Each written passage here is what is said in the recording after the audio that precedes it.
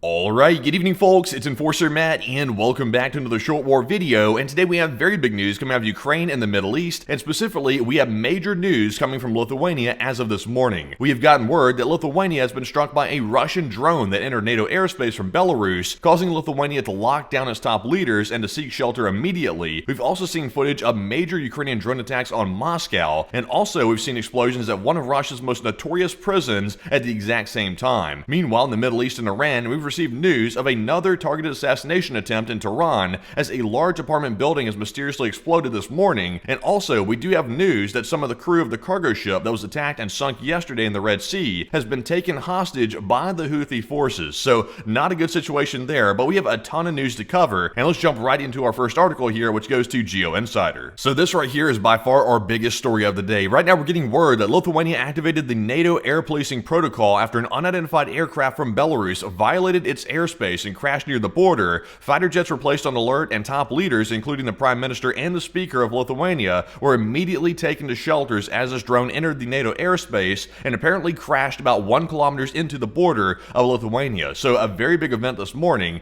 and as you can see right here, this is the drone. It resembles a Shahed 136, which is a drone produced typically by Iranian forces, but this is actually not a Shahed. As far as we know, this is some sort of training drone or some type of decoy drone that is used as an alternative to the Shahed drone. So it was not armed with a warhead as far as we know. It appears to be made of primarily styrofoam and also maybe balsa wood and some carbon fiber reinforcements. But rather than that, this drone is not armed with a warhead. That's the very important part. But when it entered the airspace though, initially Lithuanian border officials believed it was a Shahed drone, and that caused them to go into policing mode and switch from training to task mode. But the Russian object was already crashed by the time they got into that attack mode on this aircraft right here. So the Lithuanian Air Force generally didn't have to do anything because it crashed before they were able to get to it. Also, another interesting piece of context here is we're told that the Belarusians today were actually holding military exercises nearby inside of their territory, which is, well, of course, right on the border with Lithuania, and the military intel believes the drone was unmanned and possibly a target drone that went off course during these exercises,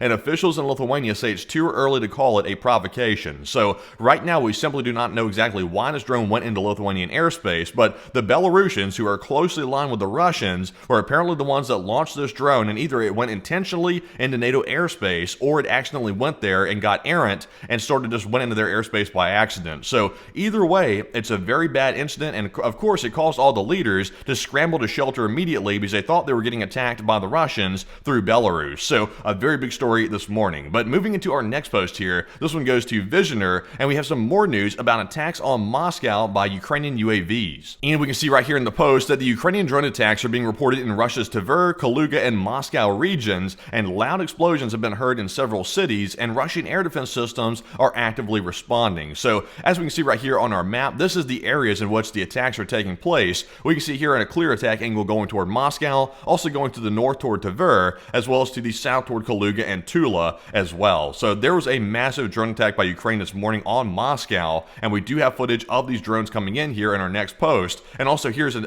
image right here of one of the drones that came in from Ukraine to strike these various targets inside of Moscow. So there is that story. But moving into our next one here, this one goes to Anton Gerashenko, and we do see here a video of the drones coming into Moscow right here. So let's take a look. So as you can see right here, there is that Ukrainian drone heading into Moscow right there. This was either filmed by a Russian soldier or a Russian citizen, and you can see there it is right there in the sky. So that was the first indication we had of a major drone attack on Moscow, was from this footage right here. So very interesting to see. But moving on to our next post, this one goes to Nexta, and we also got some more information here about the UAVs heading in. We were told by the mayor Sobinyan, which is apparently a Russian mayor, he reported that 3 of the UAVs were shot down as they approached the city, and he also said that emergency services are working at the sites where debris fell. So that is Russian code words for they were attacked by the drones. The drones did make impacts, and apparently they did hit some buildings and some targets, because when debris falls in Russia, that means a drone actually struck its target. That's what that means. It's code word for it.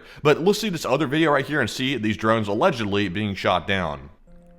So there you can see it. There is one of them allegedly getting shot down right there. This is the skies of Moscow, by the way. And you can see there goes some debris. That actually is some debris falling down from that one right there. It looks like the Russians were able to grab that one. But of course, they didn't grab all of them, as they never do. But they grabbed one of them right here in this footage. At least according to the mayor, 1 out of the 3 that he claimed were actually hit. So there's the video of the interception right there over Moscow skies. So very interesting to see as well. But moving into our next post, this one goes to Polymarket Intel. And not only are we seeing attacks here on the main sites in Moscow, but we've also seen that Russia's notorious White Swan prison is now on fire as well, covering about 800 square meters, and the cause is currently not known at the very moment, and the facility houses some of the country's most dangerous criminals, and this is a major fire here at this prison, and I'm really not sure how the Russians plan on dealing with this, because the Russians are quite brutal, and even though there's a fire on this facility, I'm not sure what they're going to do with the prisoners, so kind of a little bit dark on that sense right there, but let's take a look at the video and see how bad the fire is.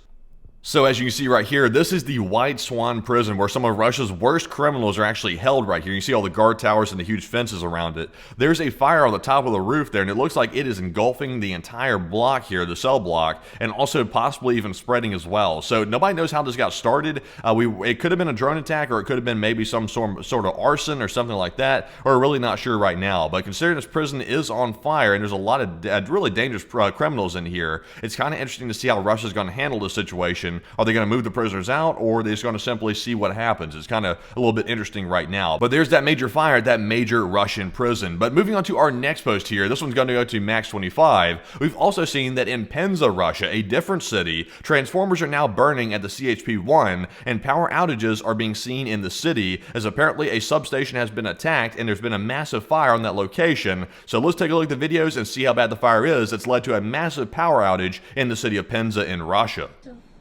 And right there you can see there is the massive fire on the location of the substation right there, and there is a smoke filling the entire skies, and this has led to the power outage in the entire area of Penza, and quite a bad fire right there as you can see in this video. So we're not told exactly how this one got started either. It could have been a drone, it could have been an arson, it could have been maybe just a random person setting a fire. There's no telling. Right now we do not know, but it has led to chaos in that city according to what we're hearing in the reports. So that is one video, but let's take a look at our second video. And right here is our second video, and as you can see, there is a substation. You can clearly see the transformers and all the electrical equipment behind the fence right here, and there's that massive fire on that location. So a lot of smoke here. I'm not really sure if that would be toxic smoke, considering that's on the side of an electrical substation, but it probably would be, at least just in my layman's opinion. But these guys right here are all filming it. They're finding it very funny that their electrical system's burning to the ground. So very typical of Russia, honestly, and we see that right there in that video. But with that, we're moving away from the story about the transformers and the electrical substation getting hit, and we're moving on to our next big story, which goes to Status 6 military and conflict news. And in this post right here, we're getting a major update about some high-profile assassinations by the Ukrainian military on the Russian military. So today we're getting word that the 155th Guards Naval Infantry Brigade, apparently their command has been completely decapitated, as Ukraine's taken out pretty much all their top commanders here. We see a major general taken out, also 2 colonels taken out as well, and here are pictures of them all right here that you see on the screen. All these guys are apparently taken out, and that is going to decapitate the command of the 155th Guards of the Russian military. So that is a big loss as well, and the Russians are scrambling to try to replace these guys with someone new, because of course these were the top of the top right here. You couldn't find any better than these guys right here. They knew exactly what they were doing, of course, sarcasm, but these guys are taken out. So very big news on that front as well. But moving on to our next post here, this one goes to OSINT Technical, and we've also gotten some more information about the stats of Russian losses from the United States for the very first time in a very long time, and we've also heard here that the Secretary of State Marco Rubio says that Russia has suffered 100,000 soldiers KIA since January, and remember, that's 100,000 actually dead. He said on the Russian side they've lost 100,000 dead, not injured, and he emphasized these are dead Russian soldiers, about 100,000 or so, and that Ukraine's losses are much less than that. So we can see here the Russians are losing people still at an incredibly high rate, and that's even according to the official US numbers as well. So the Russians are still in the meat grinder strategy all the way, and this is proof of it right here from the official US numbers. So very disturbing here on that front. But moving into our next post, this one goes to Insider Paper, and we've also gotten some more news about more talks between the United States and Russia. And we can see right here that apparently the Russian Foreign Minister Lavrov and the US State Secretary Rubio met in Malaysia today for some new talks. Now, of course, we had just heard some very strong statements from the US President about sanctions on Russia and also rearming Ukraine to the max, but now all of a sudden they're sitting at a table once again, the Russians and the US officials. So that's why I said the other night, I'm not so confident about the sanctions Russians right now because the U.S. just cannot get away from the addiction of showing up to talk to Lavrov. I don't know why that is, because it's clear they're not really up to anything good and they're just trying to stall again. So they need to get away from this addiction right here of showing up to talk to the Russians, because this is not productive and it's just hampering Ukraine's war effort, really. That's really all it's doing, honestly. But anyways, moving on to our next post here, we got a post from OSIN and Intuit, and we've also heard a statement from Marco Rubio following these talks here in Malaysia. And Rubio said, quote unquote, the Russian Federation proposed a new and different approach during today's talks. And I wouldn't call it a guarantee of peace, but this is the concept that I'll convey to the president. And of course, a new and different approach, that sounds like typical atypical stalling tactics right there. And I think anybody can pretty much see through that. But with that, folks, we're going to move on to our next post here, which goes to FiTux Network. And we're going to change gears just a little bit away from our Ukraine and Russia news and onto our Middle Eastern news, because we got some big news right now happening in the Middle East. And we are getting big news out of Iran right here in this post, because we're hearing reports from Iran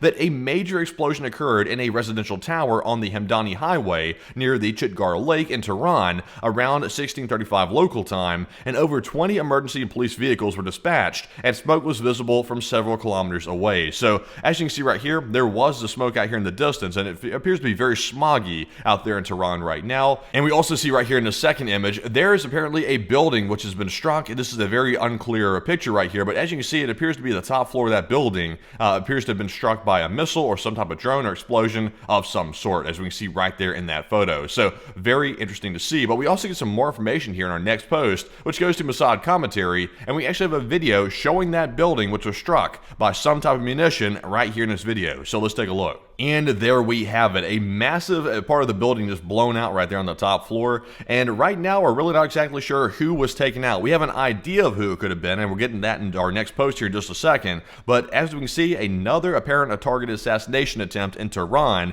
which is obviously becoming status quo at this point inside of that city. So with that, folks, let's go ahead and jump right into our next one, which tells us some more details about who this could have been. And this one goes to open source intel, and we're hearing from the Iranian media that Iran's Army Chief General Mousavi was assassinated in Tehran less than a month after taking office, and there's been no Israeli confirmation yet that he was targeted. Now, this is the general right here that was allegedly taken out. Apparently, he was only in his position for about a month before he was taken out today, but that's being reported by Iranian media. Now, there's no reason for the Iranians to lie about one of their guys getting assassinated, because of course that's a bit of an embarrassment for the Iranians, but the Israelis have not commented on it yet, which is a little bit interesting, and we'll have to wait for some more details to see if this guy was indeed taken out, and if he was the guy that was taken out in that building, which we just saw in the last video. So big news right there if proven true. But moving into our next post here, this one goes to open source intel once again, and we have some more news about the Red Sea situation with the Houthis and the ship that was sunk yesterday by those rebel forces. And we can see right here in the post that maritime security sources say the Yemeni Houthis have kidnapped 6 Filipino crew members from the Eternity Sea ship. And here's an image right here of that vessel. This was the second vessel that was attacked and also sunk by the Houthis,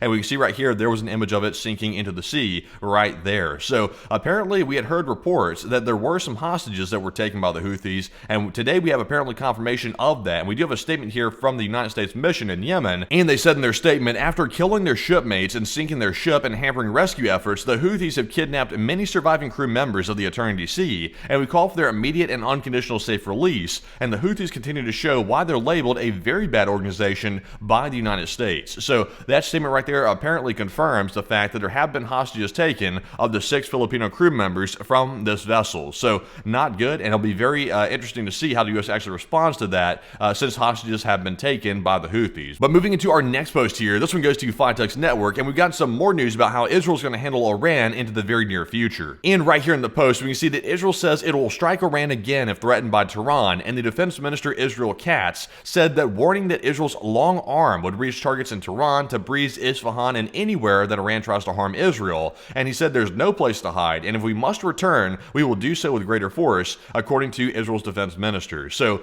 they are clearly making some very strong statements. Now, whether or not they actually pull off an attack on Iran very soon, that is to be seen. But clearly, they are still very angry at Iran for everything they've done and everything they're still doing with the proxy forces. So we did see that right there. But moving into our next post here, this one goes to Clash Report. And to round out our video today, we do have one more piece of news, this time out of China. Today, we've gotten word that China is set to unveil a mystery tank at the September 3rd military parade, marking victory over Japan, and he's spotted using unusual camouflage on these tanks that are rolling through the streets. And this is to presumably protect their identity until it's time for the military parade and the unveiling on September the 3rd. So let's take a look at the video and see exactly what this looks like rolling through the streets, because it appears to be a brand new tank that China is about to unveil coming up in a few months. Let's take a look.